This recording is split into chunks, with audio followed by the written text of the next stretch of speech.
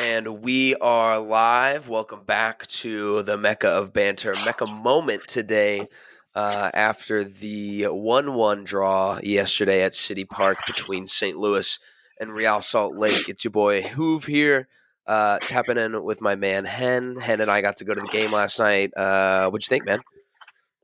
I could have sworn that you were just about to say it's your boy Hen in your intro. Man, it was good. It was so much colder than I thought that it was going Me to too, be. dude. Paige and I drastically underestimated that weather. Normally we're like bundled up with hats and scarves and coats, and we just weren't. And so that made it slightly less enjoyable. But I don't know. It was kind of interesting. Obviously it was opening night. And I could just be biased here. I could be, I think I was just expecting maybe a little bit more. Like, I know that there was like a big like tifo with all the like signs and it said round 2 and it was great.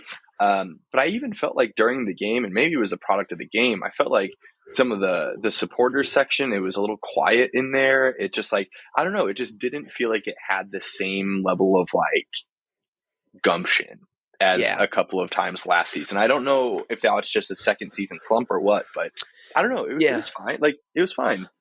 Yeah, and a lot of the things that you said, like, you know, it was very much so one of those games that the team never gave us anything really to hold on to as fans and to get excited about and get loud about. So, yeah, you know, we can just dive right into that.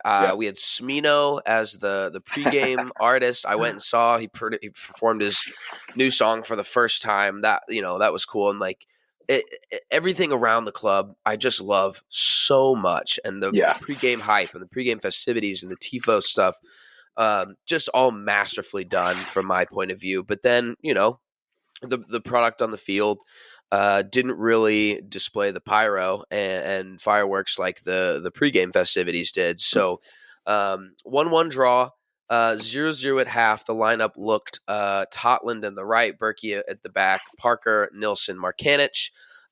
We had a 4-1-3-2, 4-1-3-2. So I don't really know. We had Blom. I was so excited about that lineup. It was more towards what we'd seen last year. We were letting Lowen kind of sit as the deep lying playmaker. And you know, it just didn't work. The connectivity between Jackson and the forwards and the wing players. I saw a pass map at the end of the game, and I thought that was a very, very telling map, and it really showed that Lowen was the only player looking for deep balls. He was the only player trying to get it to wide players. Klaus, AZ was not connecting passes very well with anyone, to be truthful, in that 10 role. So it was stagnant. Defense was shaky at moments. I thought Nilsson, I texted in the very beginning of the game, 15 minutes or so, thought he was really shaky. He ended up really locking it down and coming into his own. And he even said in his post game, he was so happy he got 90 minutes. You know, we want him to consistently see and get 90 minutes. But then we lost Tim Parker in the 35th to a muscle injury.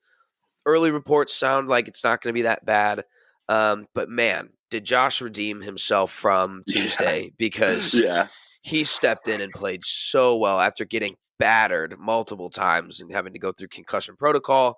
A lot of people were nervous about him even being able to stay on. But I thought for having to come in the position he did, I thought he was awesome. Yeah, 100%. I think he did well. And while I was excited for this lineup when I saw it, I did not predict this lineup. I was so surprised to see Thor and Celio in the starting as like actually playing wide. And I'll give him his credit. I think in the season preview, we talked about Thor, and he was kind of the guy on all of our radar that we were a little confused about. Like, we didn't really know where he played or anything like that. And he actually held his own pretty well, especially in the first half. He was pretty consistently our main outlet. He also seemed to be a little more mobile next to Klaus than Sam was. But I want to double down on the midfield. We're not trying to even possess the ball. We No. look allergic to, connecting passes, and it's kind of at every stage of the progression. AZ, I know that like Dobes is huge on AZ, and I'm not saying that I'm not, but he gets himself in unbelievable positions, probably better than any other player on the field for us consistently. But then it's almost like when he gets on the ball, he is the most frantic player that we Yeah. have. It almost looks like he's trying to like chop the ball with every single touch he has, and it leads to him dribbling more often than not straight into a defender. Yeah. And his combination play isn't there. His final product isn't there. There was even a couple of moments where, especially in the first half, he would get the ball kind of at the top of the box, and like maybe he's seeing something that we're not, obviously like being in the game, but like you're like, he's going to pull the trigger for sure, because why wouldn't he? And he Mm-hmm. just doesn't. And I just continually am confused by that. And our midfield just had no link of play. And oddly enough, the 35 minutes that he played, Tim Parker, of all people, was the most composed person on the Yeah. ball. Several times he just stopped, put his foot on the ball, maybe pulled a move to shake off the forward, and just slowed it down.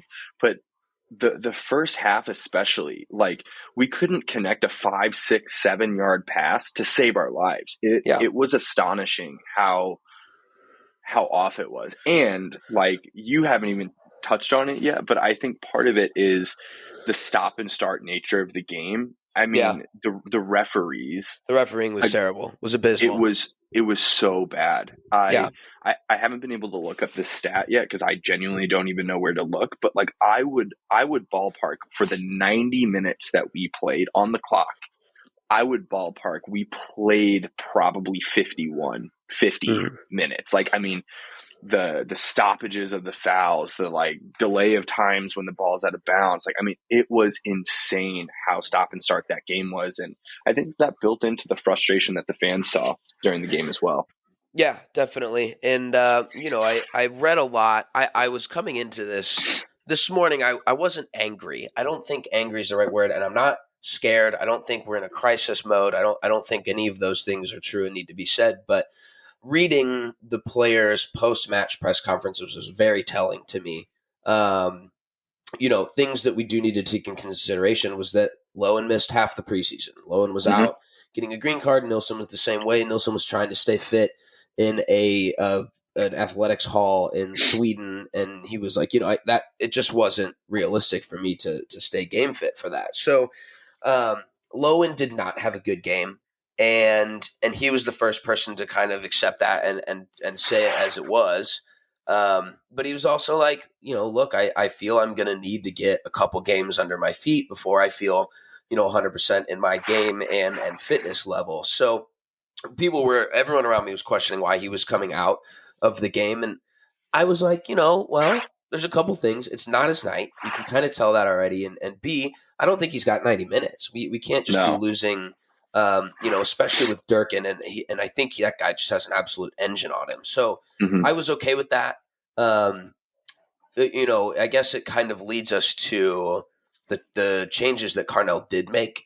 And you and I were the first two people to be like, this is going to be bad. Nerwinski comes in, slides in as that third center back, and wouldn't you know it, Jake gets spun like a top Right away.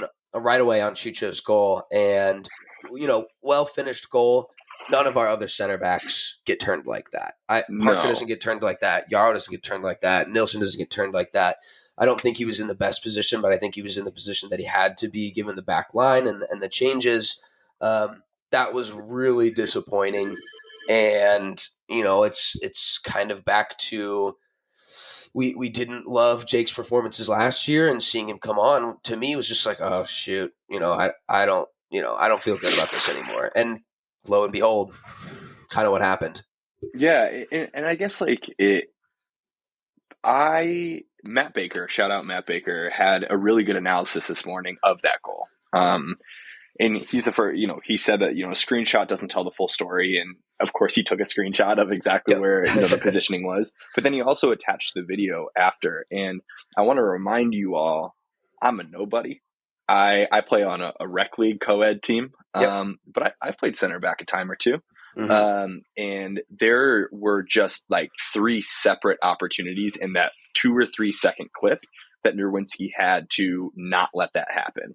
Yeah. And the thing is that while the MLS isn't always going to be the highest quality, and while you're not going to go up against, your Ronaldos or your Lewandowskis or your Benzemas or anything like that, you're still going to go up against number 9s that if you give them the position, they're going to put the ball on net.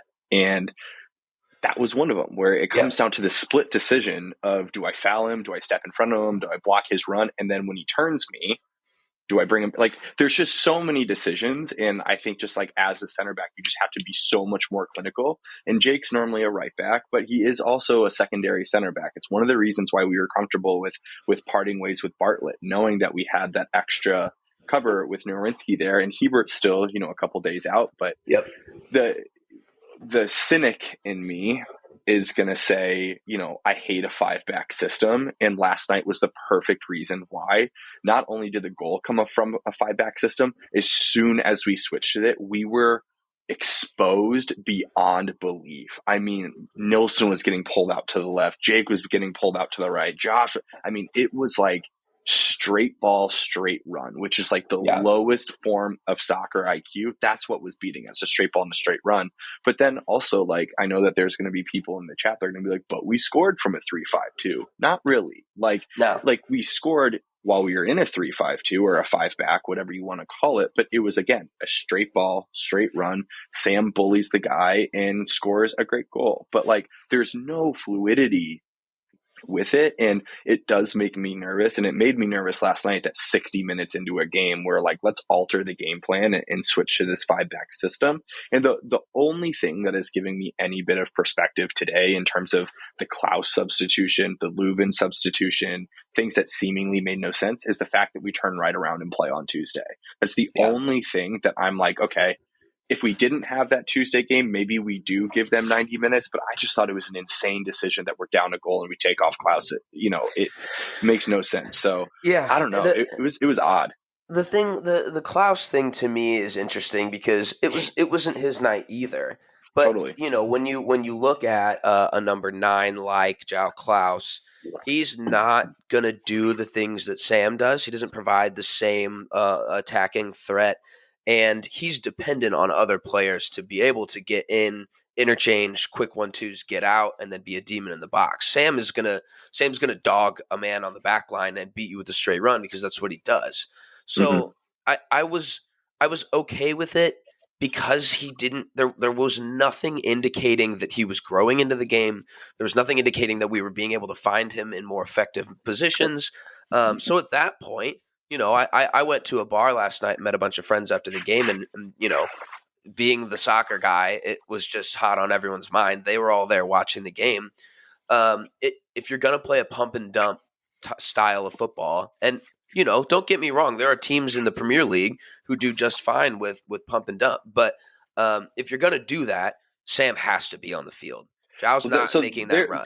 There's a world where Sam is a better forward for St. Louis City than Klaus is. Because of how they play. It has nothing to do with their ability, and it's just like, that kills me to say, but it's like, it's crazy, bro. We've played 180 minutes now this season, and not one goal has come from tactics or fluidity or a formation or a lineup. They've come from a set piece in Tim Parker, who's going to get on those every time.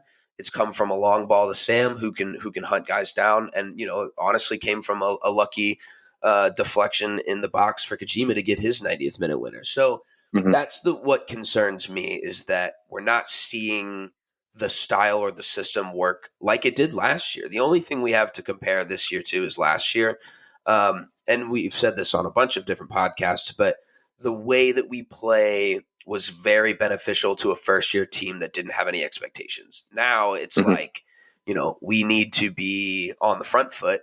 And you're right, we couldn't hold the ball. I don't solely blame Lewin for that. Blom's not the best distributor of the ball by any means. Unreal stopper. We saw that again last night. He shut down play after play. Diego Luna was playing more of a central role. They had a really good 1v1 battle, and I thought Blom was fine for that role. I just need him to do more for me with the ball and being able to get it out into transition. There just wasn't much of that. And that my biggest concern is that we're going to be set piece FC. We're going to be relying on low end deliveries into the box. And again, if that's what we have to be, so be it. We just have to play to those strengths. Yeah. And that makes me nervous for Klaus, because it's just not advantageous for him.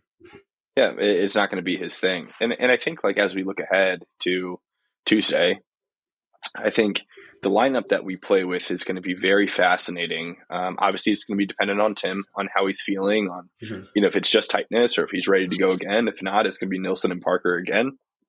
But I don't think you can take Totland out of the lineup again, the second half especially. Also, I want to call out, I forgot if it was Celio or Markanich, and I can't remember which it was. In the second half, someone gave the ball away at the halfway line, and it was either Celio or Markanich tracked all the way back and defended the guy in the box. It was like an incredible work rate play, regardless of who it was. Those are guys that were playing the full game. That happened in like the 80th, like 82nd minute. I think that was the play of the game. Like that was so insane to preserve the tie. And I want to give the shout out there. But when you think through Houston, I don't think that we can play with a true two-striker system because there's too much space in between Leuven and Blom and the strikers. Like, I know that maybe things have changed since the end of last season, but from all we have is that one interview with Leuven last year where he talks about not liking the 10 role. But I'm like,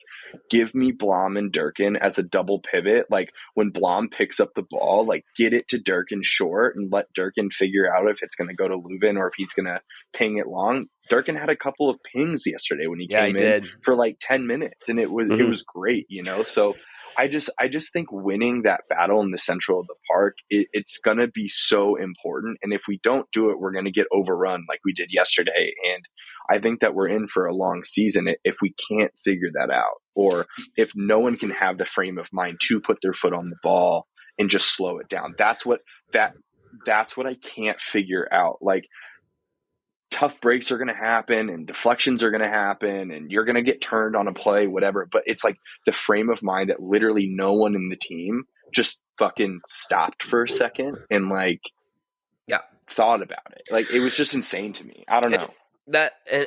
I hate to, you don't want to point fingers, but that comes down to the instructions that they were given to a certain degree. It's not like any of these players can't play in a slow, progressive, build-up style team. They're all obviously more suited to what we're doing. That's been the plan from Lutz and Carnell from the jump. But it had to have been an instruction to a certain degree is to get the ball, look up the field, go, which, again, is fine if you do it correctly. And I don't think the wide players were set up for success. Klaus obviously wasn't.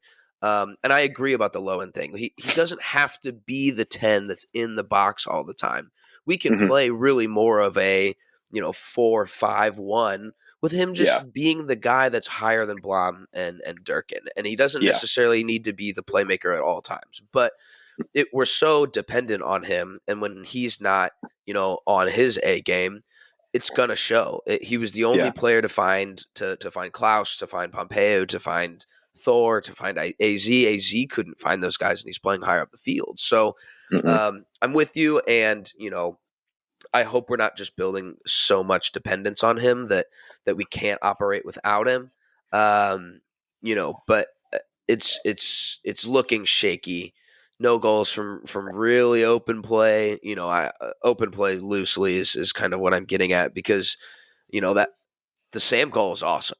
At the end of the day, the positives that I can pull are that that's always going to be an option, is to just the joke with Pat Mahomes is like, fuck it, Tyreek's down there somewhere. Like that's exactly what I said to my friends. I was like, fuck it, Nick Sam's down there somewhere. Just pump it, see if he can beat the guy. And he Yeah. does. And he does that really well. And I think that's a huge strength of his. So huge shout out to him and his ability to finish. Didn't he? I was sitting there watching it. It was right in front of me. And I was like, Indy's open, Indy's open, Indy's open. And then he tucks it. And then we're, limbs. That was awesome. And you can't talk badly about the performance without saying Jake Nowinski had a goal-saving, clearance on the line at the very end of the game. He was in the right position at the right time there, and kudos to that. End of the day, I think this is a big point, and this is ultimately what a lot of the players said too. They were like, "Not our best night. We know it wasn't our best night, but with such a long season." And another thing that I'm slowly working into in my MLS fandom is understanding who are the good teams and who are not. I think Salt Lake was quality. I think they really stifled everything that we wanted to do going forward, although albeit, maybe it not been that difficult for them considering it was so clustered from us. But they looked like they could have gotten in and out of there with a 1-0 win, and it would have been smash and grab, no problem. And it looked pretty comfortable for the most part. So at the same time, Berkey didn't have a ton to do. A couple big saves, the ones that you'd expect them to make. So it was not as exciting. We come back to the crowd not being a little flat. The performance was flat. The most dangerous point of the game was after Sam scores that goal. We actually looked like we had some decent offensive chances from there, and where we're getting balls in behind. And if that's the style we're going to play, we just play it. So that's what I want to see moving forward is more connectivity between the top and the midfield. Getting those guys the ball and then being able to build on it instead of, getting Thor the ball and having him dribble into a wall or AZ the same. Just not a ton of fluidity, which is a bummer because of so many times last year. It was like, it looked effortless the way that we were able to build up and hit so quickly on transition. Yeah, we had like one or two progressions of play in the second half that you could tell was like almost like a passing pattern. Was like here, back through, whatever. But outside of that, like there's just not a lot of offense to go off of. I'm curious your thoughts, like as we look ahead to next week. Obviously, we have the Tuesday, Saturday slots next week. Like, what do you think needs to change? Is anyone out there like solidifying their start in the starting 11? Like thinking through Tuesday, what are your thoughts? You talk about this in hockey sometimes, but we're in a position right now where you ride the hot hand. And I think Sam's the hot hand, and it absolutely murders me to think of a team that isn't centered around Lowen and Klaus.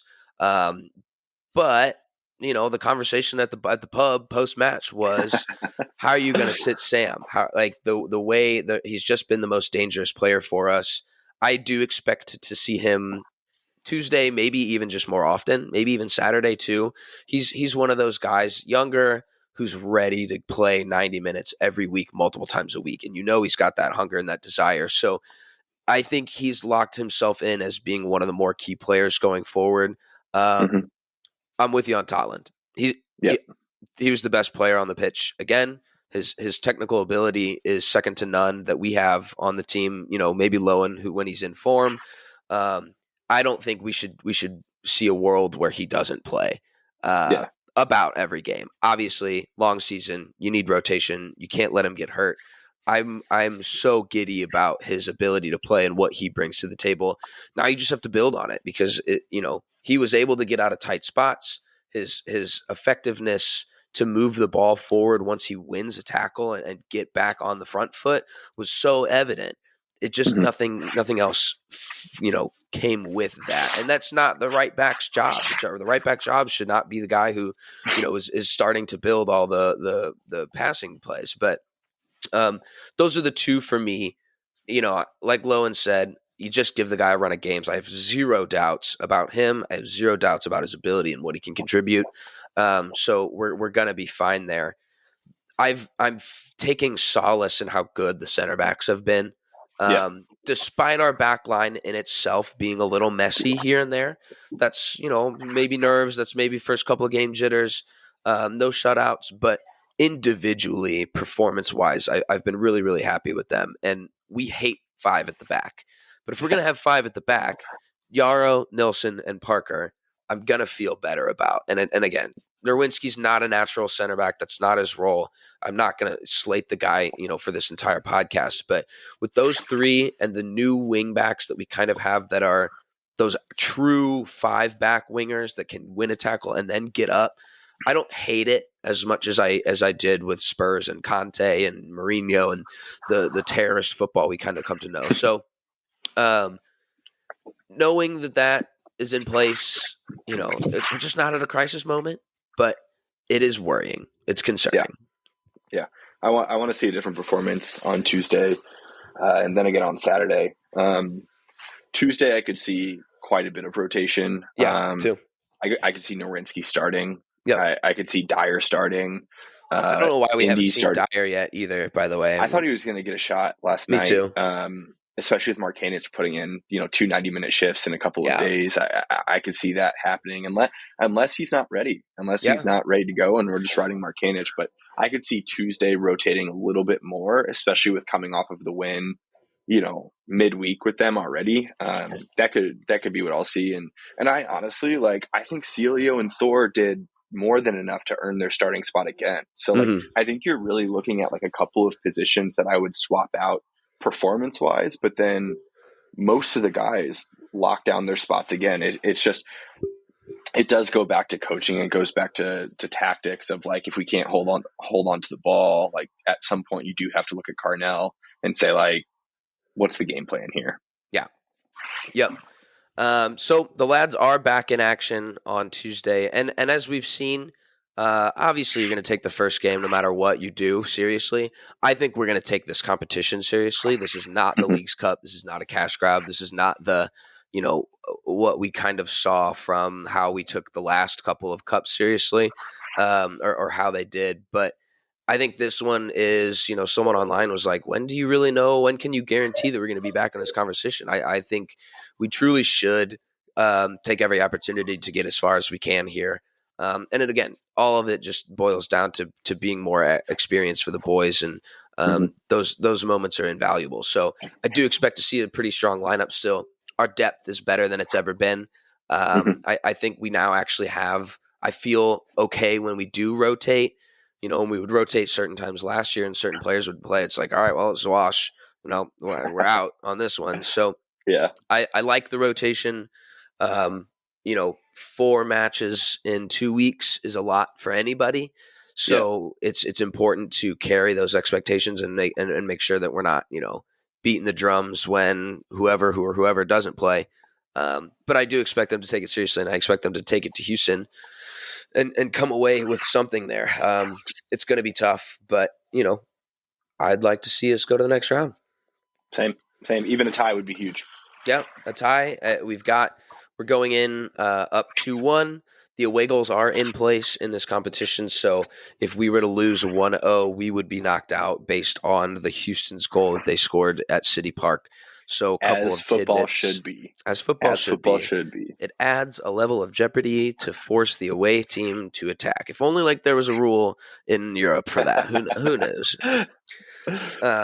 But yeah, any other thoughts? No, I just want to see a different performance on Tuesday, and that's what we need. Rejuvenated. I want to see some more runs. I want to see a little bit harder play. A lot of it. You don't want to throw things on the ref, but it was so bad. It was so poorly officiated that you're right. The stop-start nature is hard as a player to get back into, to really dig in and want to give full 90 when, the ball stopped every 5 minutes. So yeah. Hopefully we get new refs too. Hopefully they can sign the CBA that they've got and get I can't even believe we're begging for the old refs back already because they were so bad last year. But looking forward to it. Back in action Tuesday and then again Saturday. The hits don't stop rolling, brother. We're Absolutely. alive. Cheers, brother. Cheers, man.